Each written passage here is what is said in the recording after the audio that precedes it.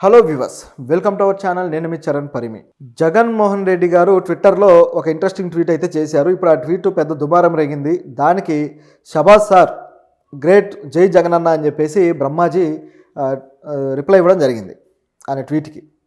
దాంతో వైసీపీ శ్రేణులు బ్రహ్మాజీని తిడుతున్నారు. సో ఎందుకని బ్రహ్మాజీ జగన్ని పొగిడితే వైసీపీ శ్రేణులు ఎందుకు తిడతారు?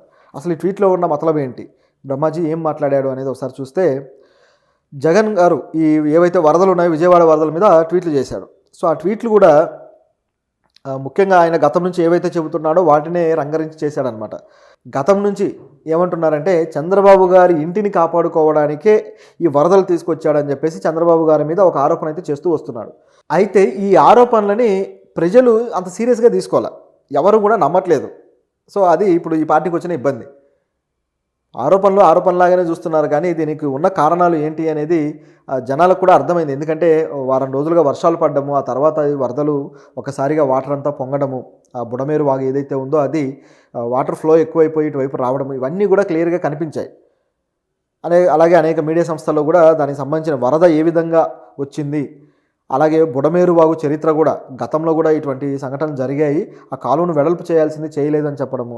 పవన్ కళ్యాణ్ గారు వచ్చేసి మీటింగులు పెట్టి బుడమేరు పరిసర ప్రాంతాలు ఏవైతే ఉన్నాయో పైన గట్టు ప్రాంతాలు, ఈ ప్రాంతాల్లో అక్రమ నిర్మాణాలు ఏర్పాటయ్యాయి, అక్రమ నిర్మాణాలు కట్టుకున్నారు కాబట్టే వాటర్ ఫ్లోకు అవన్నీ అడ్డుగా నిలబడి ఈ విధంగా నగరాల్లోకి వచ్చేసాయని చెప్పేసి పవన్ కళ్యాణ్ చెప్పడము, ఇవన్నీ కూడా ప్రజలు చూశారు.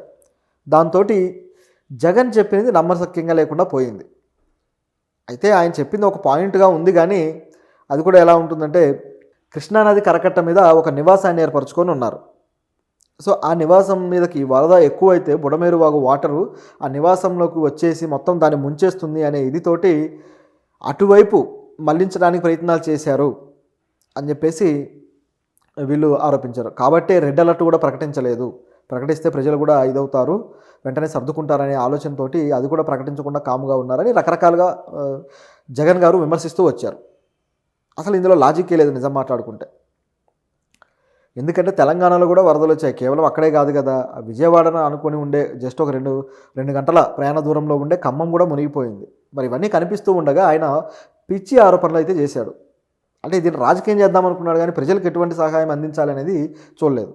ఇక రెండోది వచ్చేసి ఆయన ఈరోజు చేసిన ట్వీట్ కూడా, వరదలు వచ్చాయి 8 రోజులు అవుతుంది, ఇంతవరకు కూడా ప్రజలకు సహాయ సహకారాలు అందలేదు, చాలామంది ఆకలి కేకలు వేస్తున్నారు, ఎంతోమంది నిరాశ్రయులై ఉన్నారు, వీళ్ళందరూ కూడా మాకు సహాయం చేయండి అని అడుగుతూ ఉంటే ప్రభుత్వం ఎటుపోయింది, వీళ్ళందరికీ సహాయం చేయరా, అసలు ఏం జరుగుతుందని చెప్పేసి జగన్ మాట్లాడడం జరిగింది. అయితే ఇందులో పూర్తిగా అవాస్తవం ఉందా అంటే కాదు, ఇందులో కొంత నిజం కూడా ఉంది.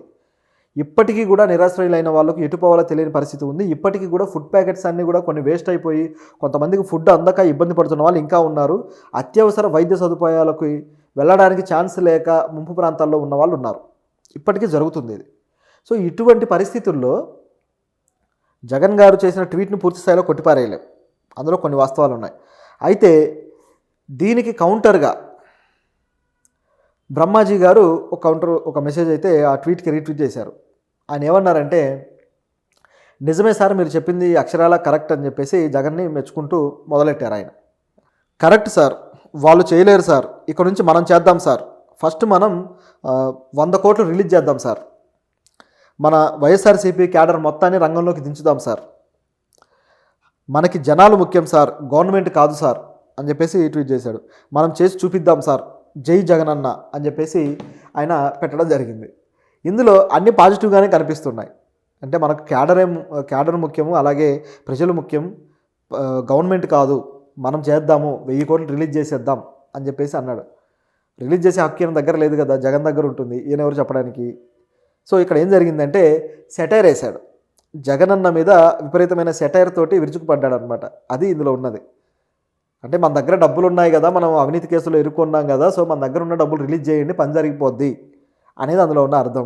దాంతోపాటు మన క్యాడర్లో ఎవరు కూడా ఇక్కడికి వచ్చి గ్రౌండ్ లెవెల్లో ప్రజలకు సహాయ సహకారాలు అందించిన దాఖలాలు లేవు, ఎన్జిఓస్తో కలిసి పనిచేసిన దాఖలాలు లేవు. ఒక బొత్స గారు వచ్చి ఆయన కూడా ఏమన్నారంటే, మేము ప్రభుత్వంలో లేం కదా, మేమేం చేయగలం అన్నాడు. ఏమి చేయలేనప్పుడు రావడం ఎందుకు?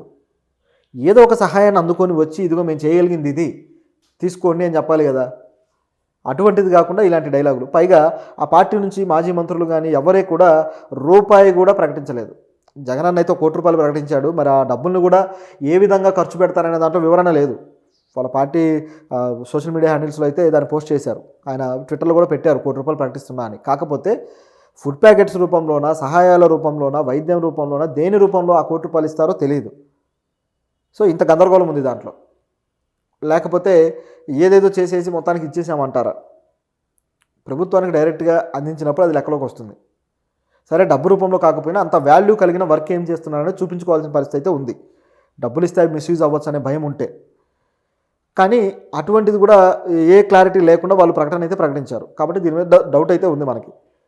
ఇక మిగతా మంత్రులు అయితే అసలు ఏమీ ప్రకటించలేదు. రోజా గారు పవన్ కళ్యాణ్ గారు ఎన్ని తిట్లు తిట్టారు. పవన్ కళ్యాణ్ గారు 6 కోట్లు ప్రకటించారు.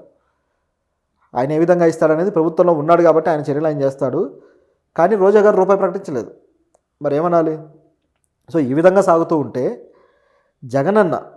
జగన్ గారు వచ్చేసి ఇట్లా మాట్లాడడము, ఈ విధంగా కొద్దిగా ప్రభుత్వాన్ని కార్నర్ చేసే ప్రయత్నం చేస్తే బ్రహ్మాజీ గారు కొద్దిగా రివర్స్లో వెటకారంగా మాట్లాడేసరికి వైసీపీ శ్రేణులకు కాలింది. ఇట్లా అంటారా మీరు అని చెప్పేసి తిరిగి వైసీపీ శ్రేణులు బ్రహ్మాజీని తిట్టడం, ట్రోల్ చేయడం మొదలెట్టారు. దాంతో జనసేన శ్రేణులు ఇప్పుడు సపోర్ట్ వచ్చి సోషల్ మీడియాలో బ్రహ్మాజీని పొగుడుతున్నారు. ఆయనకు సపోర్ట్గా కామెంట్లు చేస్తూ వస్తున్నారు. ఇది సోషల్ మీడియాలో జరుగుతున్న రచ్చ. దీంట్లో బ్రహ్మాజీ గారు ఎందుకు దూరారయ్యా అంటే సహజంగా ఆయనకు పవన్ కళ్యాణ్ గారు, చంద్రబాబు గారి మీద అభిమానంతో దూరుండొచ్చు. అప్పుడప్పుడు సోషల్ ఇష్యూస్ మీద ఆయన రియాక్ట్ అవుతూ ఉంటాడు. కాకపోతే ఆయన రియాక్షన్లు ఎప్పుడు వచ్చినా సరే అది కాస్త వెటకారం అవ్వడము, అది తిరిగి ఏదో రకమైన వివాదం అవడం అయితే జరుగుతూ వస్తుంది. బ్రహ్మాజీ గారు సెటైర్ అయితే 1000 కోట్లు ఇవ్వండి అని సెటైర్ వేశారు. కానీ అసలు ఆయన ఎంత ఇచ్చాడు ఈ వరదకు సంబంధించి అనే దాంట్లో వివరాలు లేవు. ఎందుకంటే ఆయన కూడా సీనియర్ నటుడు, గత 30 ఏళ్ళుగా ఇండస్ట్రీలో ఉన్నారు, ఇంకా పైనే ఎక్కువే ఉంది. అయితే ఆయన కూడా బాగానే సంపాదిస్తూ వస్తున్నారు. చిన్న నటులు కూడా ఈ మధ్య కాలంలో వచ్చిన అనన్య నాగల్లకు కూడా ఒక 5 లక్షలు ప్రకటించారు. ఈ మధ్యనే హీరో అయిన విశ్వక్సేన్ కూడా 10 లక్షలు ప్రకటించారు. సో ఈ మాత్రం చేయగలిగినప్పుడు ఇంత సీనియర్ నటుడు బ్రహ్మాజీ గారు కూడా ఎంతో కొంత ప్రకటించి నేను ప్రజల కోసం ఈ మాత్రం చేశాను అని ఆయన ఒక ఆత్మసంతృప్తి, అలాగే ఒక సోషల్ రెస్పాన్సిబిలిటీ చూపించి అప్పుడు వీళ్ళని విమర్శిస్తే బాగుండేది కదా. ఆయన ఏమీ చేయలేదు, ఈయనను మాత్రం మీరు 1000 కోట్లు చేయండి అది ఇది అని చెప్పేసి సెటైర్లు వేస్తారా? అలీ గారు కూడా ప్రకటించారు. నిజానికి అలీ గారు బ్రహ్మాజీ కన్నా సీనియర్ అయినా బ్రహ్మాజీ గారు క్యారెక్టర్ ఆర్టిస్ట్గా అలీ గారితో సమానంగా